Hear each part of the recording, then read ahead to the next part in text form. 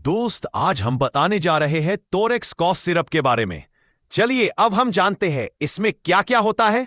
इसमें दो इंग्रेडिएंट्स होते हैं जो दिमाग के उस हिस्से पर असर डालते हैं जहां से खांसी का सिग्नल आता है। इससे बार बार खांसना कम हो जाता है और ये बलगम को पतला करता है ताकि वो आसानी से गले और फेफड़ों से बाहर निकल सके। गले की जलन और खराश कम करना। इसमें मौजूद इंग्रेडिएंट्स गले की सूजन और इरिटेशन को शांत करते हैं, जिससे आराम मिलता है और इससे नींद भी आता है और आराम भी मिलता है। हेल्थ रिलेटिव वीडियो देखने के लिए मेरा